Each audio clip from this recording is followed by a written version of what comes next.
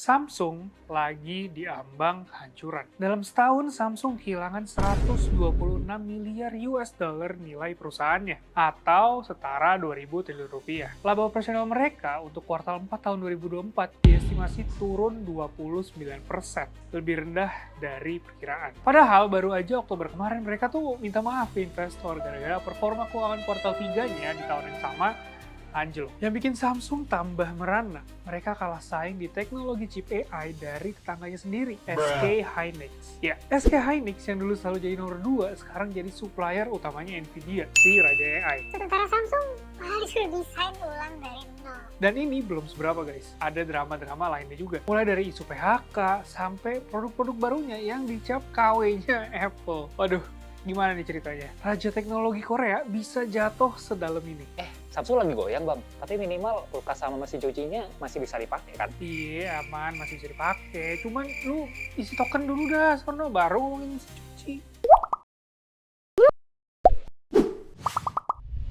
Jadi, Samsung baru aja ngumumin perkiraan kinerja keuangan untuk akhir tahun 2024. Laporan kuartal 4 mereka bikin banyak orang kaget. Laba operasional mereka cuma 73 triliun rupiah, jauh di bawah ekspektasi analis 87 triliun rupiah. Di laporan ini, Samsung ngasih prediksi total penjualan sekitar 848 triliun rupiah. Padahal saingannya, Apple berhasil nyatet pendapatan sampai 1.500 triliun rupiah di periode yang sama. Hampir 2 kali lipat. Ini artinya kinerja Apple lebih bagus dibanding Samsung di kuartal 4 2024. Tapi sebenarnya angka tadi itu perkiraan rata-rata dari Samsung. Penjualan mereka berkisar antara 837 sampai 860 triliun rupiah. Sedangkan laba operasionalnya di kisaran 72 sampai 75 triliun rupiah.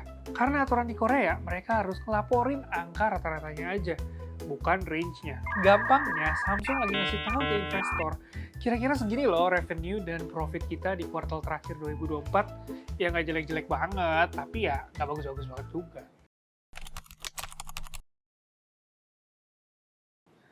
Oke, sekarang kita masuk ke akar masalahnya. Samsung yang dulunya raja chip memori, sekarang malah kewalahan di era AI. Ibarat kata mereka kayak juara renang yang tiba-tiba disuruh maraton. Keteteran banget. SK Hynix ini emang udah jadi supplier utama chip HBM buat Nvidia. Gampangnya tuh ini komponen chip super penting buat AI. Kayak bensinnya AI gitu. Tanpa chip ini, AI nggak bakal bisa jalan secepat dan sepintar sekarang. Nah, Samsung nih kayak kesusahan buat menuhin persyaratan yang diminta sama Nvidia. CEO Nvidia, Jensen Huang, sampai belak-belakan bilang ke wartawan, Samsung harus engineer a new design buat bisa masuk chip HBM ke perusahaannya. Apa tuh maksudnya bang? Ya, maksudnya Samsung kudu mulai dari nol lagi, bikin chipnya di riset. Jadi kayak bikin skripsi dari nol gitu ya bang? Makanya, sekarang Samsung lagi bakar duit gila-gilaan buat ngejar ketertinggalannya di teknologi AI.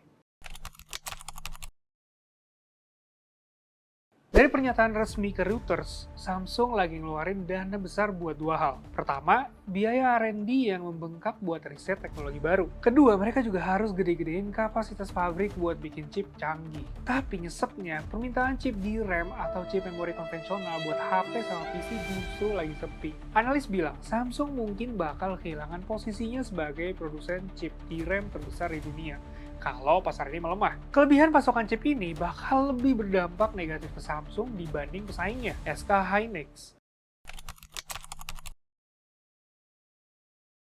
Di tengah situasi kayak gini, Samsung ngambil langkah yang nggak kalah bikin kaget. Isunya mereka mau PHK 30% karyawannya di seluruh dunia. Jadi gini, kata 3 sumber yang ngasih info ke Reuters, Samsung ngasih instruksi ke anak perusahaannya di seluruh dunia buat ngurangin 15% karyawan di bagian sales dan marketing. Ngurangin 30% karyawan bagian administrasi, dan PHK ini bakal terjadi di semua benua. Samsung ngeles bilang ini tuh cuma penyesuaian rutin doang. Buset, 30% tuh dikata rutin. Nggak rutinnya seberapa tuh? Ya 100% kali, gulung tikar maksudnya.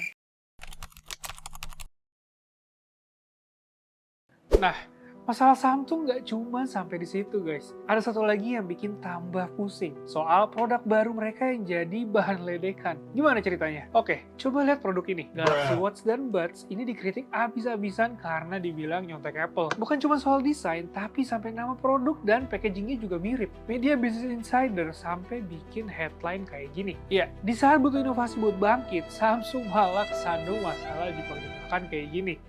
Berat juga ya tantangan yang harus dihadapin Samsung. Semua masalah numpuk depan mata. Sekarang mereka punya 3 PR besar yang harus dikerjain. Pertama, Samsung harus bisa nyusul SK Hynix dalam teknologi chip AI. Ini bukan perkara gampang, soalnya SK Hynix udah jauh di depan dan punya hubungan yang kuat sama Nvidia. Kalau nggak kekejar, bisa-bisa Samsung ketinggalan jauh di era AI. Kedua, masalah PHK. Ngurangin 30% karyawan tuh bukan hal yang sepele. Ini bisa berdampak ke produktivitas karyawan yang masih bertahan. Belum lagi dampaknya ke reputasi Samsung sebagai perusahaan. Ketiga, situasi politik global yang makin runyam.